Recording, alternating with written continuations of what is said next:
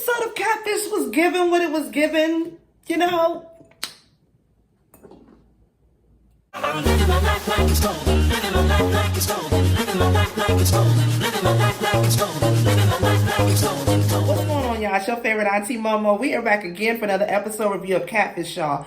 This is season 8, episode 43, Alexis and James. Before we get into the review, y'all already know how my church announcements go, right? If you don't, I don't know why not. I be giving y'all this hot five. I tell y'all what to do every time. Go ahead and subscribe to my channel. Let me know you stopped by. Go ahead and hit that thumbs up. Make sure your notification bells is turned on. All that good stuff. Check out my description box down below because I got a whole bunch of hot fire down there too. Black girl magic, all that stuff, right?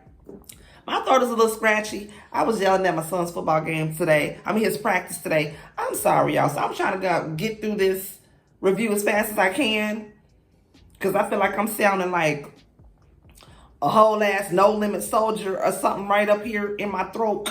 It just don't even sound sexy to me. It don't even sound sexy. But look here, hopefully y'all are ready for this review because I'm ready to give it to you. So let's go and get up into it, y'all. Okay, so Emily is the best friend of Alexis. Emily was the one that actually wrote into the show because she noticed some shit ain't right with this dude that Alexis is talking to. Emily and Alexis have been best friends since the 7th grade. Emily said that she got sick and tired of people coming out here and bullying her best friend. So she had to step in and bust a few heads and let these hoes know that this is my best friend. When you see her, you see me. When you see me, you see her. If you got a problem with her, you got a problem with me. And so ever since then, they've been best friends. Shout out to Emily. Everybody need a best friend like Emily that's going to crack some bitches' heads if they try to bully you. That's a real ass best friend right there. And it's going to write in the catfish and let the whole world know that you out here being catfished by bitches. You know what I'm saying? Only a real ass homegirl going to do that. I'm saying I do it. That's just me though. So Emily says that Alexis has been talking to this guy named James for the last 5 years. They met on Tumblr. They never talked on the phone, never FaceTime. Supposed to meet up one time and this nigga actually ghosted her ass, right? So of course Steve is like, does she know that she on the phone with us? That she talking to us and all this? She like, I don't know, but go ahead and call the bitch. I don't care if she get mad. That's my homegirl. That's my best friend. She gonna get over it. So, of course, they call Alexis. And Alexis is happy to hear from me anyway because low-key, she knows some shit ain't right her doggone self. So, she ends up getting on the Zoom with them. And Alexis is super cute, y'all. Just like rainbows and puppies and kids. She's just so doggone super cute. Bubbly personality and all that. But she just graduated as, got her bachelor's degree in psychology. True enough, it's forensic psychology, but all the same, it's psychology. So no tea, no shade, no pink lemonade. In 5 years, you can figure out the traits that something wasn't right in the personality, in the genetics, in the making, in the chemical balance of the psychology. Like you didn't see something. I'm just saying, you know, like I said, no tea, no shade, no pink lemonade, but you knew someone goddamn right. Now, Alexis's number one problem is that she makes all these excuses for James. Every time they ask her about something that she done said, like she said that they were supposed to meet up one time, she done saved up all her little points because she was finna go to Canada. That's where James is from because it was some kind of convention that was going on down there. Same time she was going on to the convention, she was supposed to meet James at the same damn time. James ended up ghosting her ass at the last minute when she was getting ready to go up there. Ghosted her for like 6 months and then out the blue ends up sending her a meme like, huh, this shit remind me of you. I'll be like, nigga, excuse me?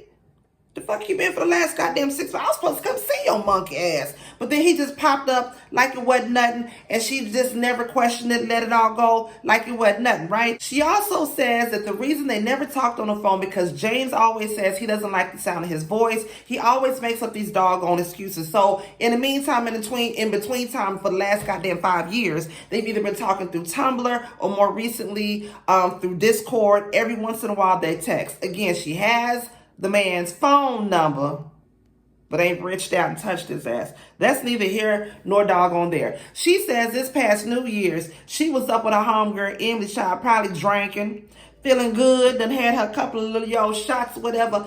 Sends him messages, lets him know that she loves him, she's in love with him and all this other. James ends up sending her a message back a few days later and was like, oh yeah, girl, you know I love you. Girl, you know I love you.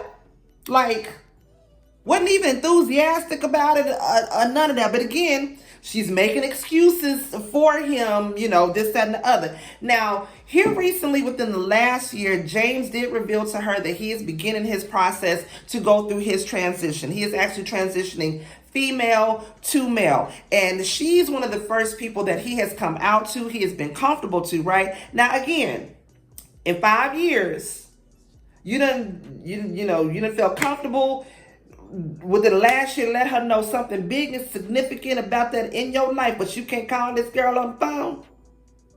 I'm just saying, you know, that ain't none of my business. Now, Alexis does say that Jaymes is very encouraging to her. There's times that she's down on herself and, you know, she says horrible things about herself. And Jaymes is like, nah, don't you do that, girl.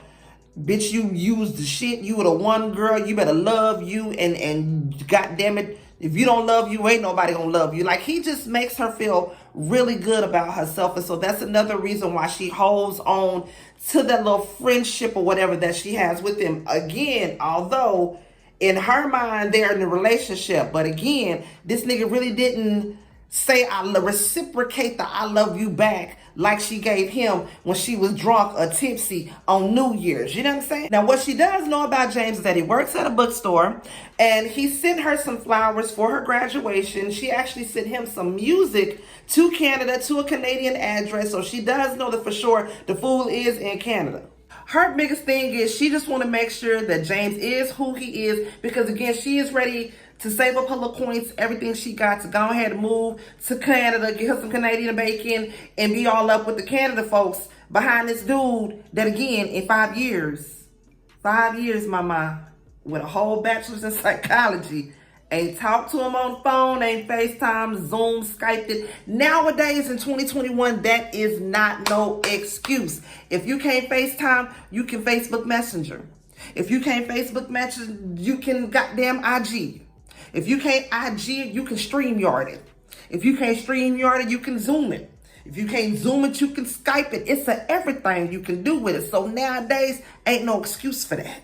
So they doing an investigation. They search the IG. Everything looks normal on there. There's a few posts here and there. There's some comments here and there. And they see that one person named Michelle actually left a comment on one of the posts. They end up sending her a message. They search through his photos. Don't find nothing on the photos, right? Just then, they end up getting a call back from Michelle. Michelle is shifty as hell when she get on the phone. Sketchy as hell. I was like, y'all put a star by this bitch name. I don't know about her. I don't goddamn trust her. Now, she says that she does know Jaymes, that they're IG friends. What she does know about him, that he works at a bookstore. He actually sent her a book before in the past. And of course, Kim is like, okay, so this nigga just out here sending bitches books and shit. Like, what the hell is that about? But again, after that, they don't really find nothing else, right? So they do another research and they find another chick that left a comment on one of his posts. Her name is Osmo. I don't know. I'm probably saying it all wrong. My bad, girl. They end up searching her on IG, looking through her friends list and seeing that there's a whole other Jaymes account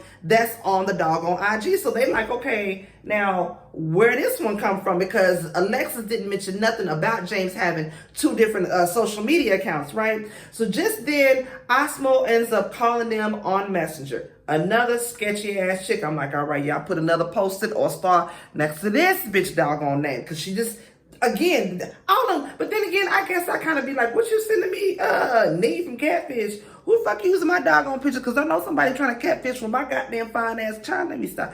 Anyways, so Neale ends up giving her the rundown about how they trying to look for somebody that's connected with Jaymes. Now, she asked, Neale asked, Osmo, I'm saying her name all wrong. Girl, my bad. I'm sorry. Ask her if Jaymes has ever said anything about anybody he's talking to, dating, whoop de whoop, yada, yada, yada. Osmo say, well, yo, you talking about Nate? He was like, bitch, what's T? Who is Nate? She was like, you mean his boyfriend? Came in like, oh. Ask him who her boyfriend is. So Neale had to be quick on his doggone feet. He was like, yeah, you sure right. I just want to make sure I have the right person. So God sure enough appreciate you for hollering at me. I'm going to holler back at you if it's anything I need to get from you. Peace out. So just then they're like, okay, well, what if that's the reason why James is being sketchy as hell because he done had a whole doggone boyfriend this whole doggone time. And again, it was sketchy. But then they like, okay, the way that chick Osmo sound on the phone, I'm sorry. I feel bad every time I say it because I know I'm saying the shit wrong. They're like, what if she's actually James? Because she was sketchy as hell. But then again, it could have been that other chick, Michelle, that they talked to first. Because both of them chicks was sketchy as hell. And Neve just had a weird vibe from them, right? So they end up hollering back at Alexis, giving her the whole tea, everything that goes down. Once again, she tries to explain everything out for James. And they like, look here.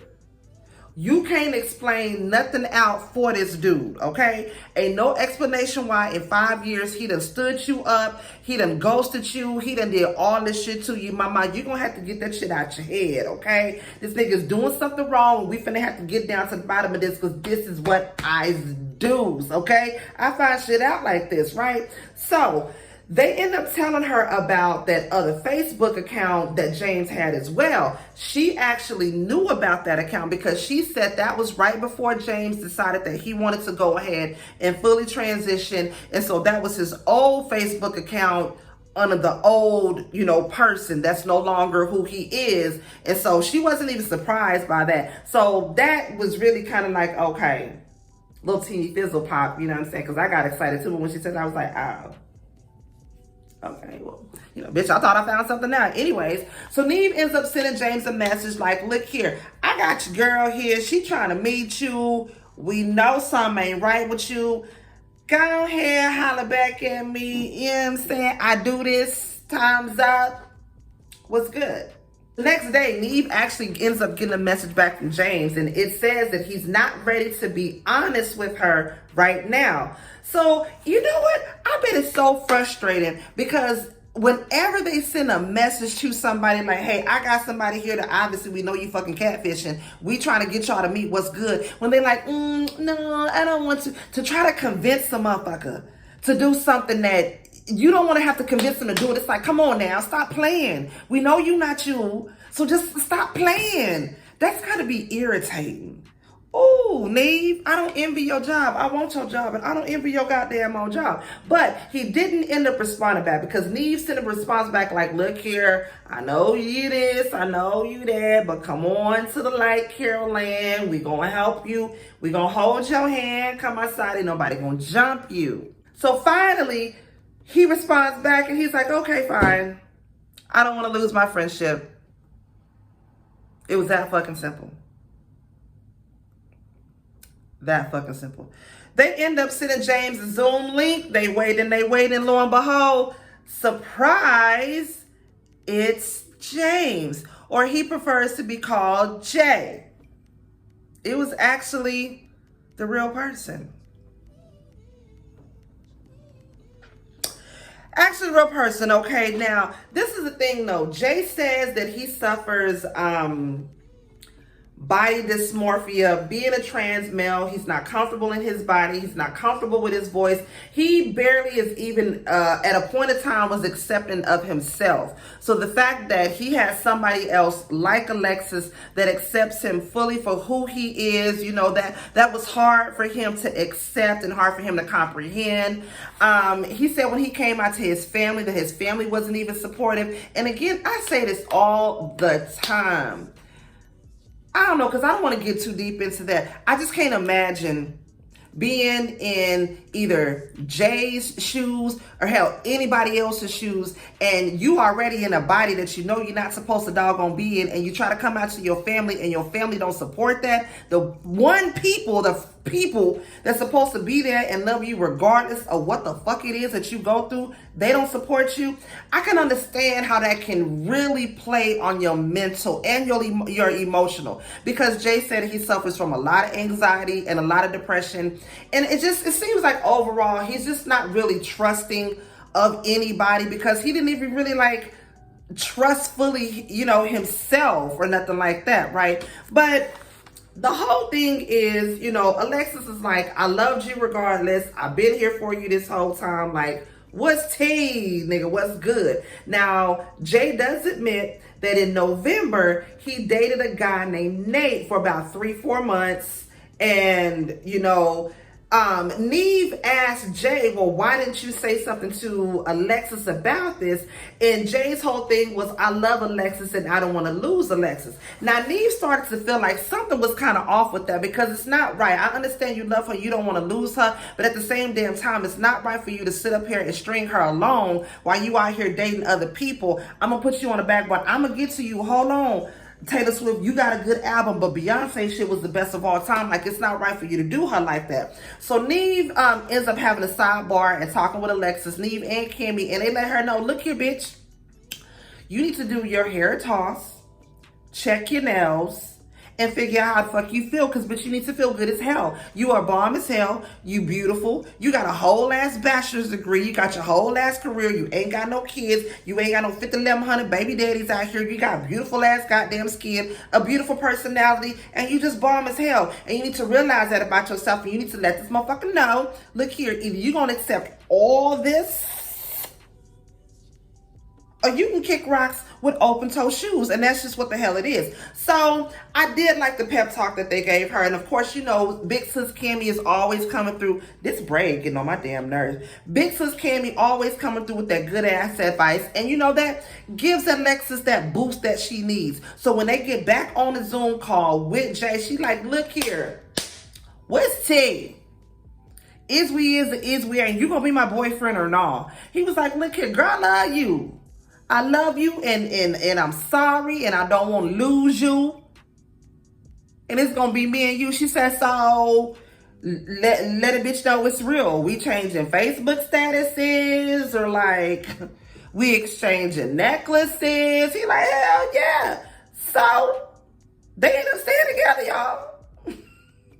They stay together. They do the check month. Child, I'm sleepy. They end up doing a 2-month checkup, and their relationship has blossomed. It's doing better than ever. And also, Jay has his upcoming surgery scheduled. Exactly for when, I don't know. But Jay got his upcoming surgeries so he can fully take them steps to become the man that he has always been. Shout out to you, Jay. I ain't even mad at you. But at the same damn time, I'm still going to have to keep it real with you. You said that Alexis was the first person that you came out to. She was probably the first person that you let know that she was, you were not born in the correct body and that you wanted to transition. That should have been comforting enough for you to pick up the damn phone and at least talk to her on the phone. You wrong for that. I don't care what it was you was going through. She was your rock. You should have called her. Now, Alexis, Auntie got to keep it real with you. Look here. Things don't work out. If things don't work out with you and Jay, mama, you got to love you. You got to love, you got to realize you got a whole lot of good ass shit going on for you. And like Neve and Candy said, if he don't want you, fuck him. You get you somebody else. But you got to learn to love you, because I hate for you to get into the next relationship and the next person do you real wrong in person. Like, he did you wrong, and that fool was all the way out the country. You know what I'm saying? Not did you wrong, but he strung you along for 5 years, and it didn't even have to be like it. You know what I'm saying? You could have been out here being a whole thought box, but you saved yourself, and you was faithful, and you was loyal to this one right here. You know what I'm saying? I'm just saying, it is what it is, y'all. That was the end of the episode right there. Y'all already know what to do. If it was anything that I missed, drop it down below and let me know. Please don't forget to like, comment, subscribe, and share in your Auntie Mo. Gonna see y'all in the next video. Peace out.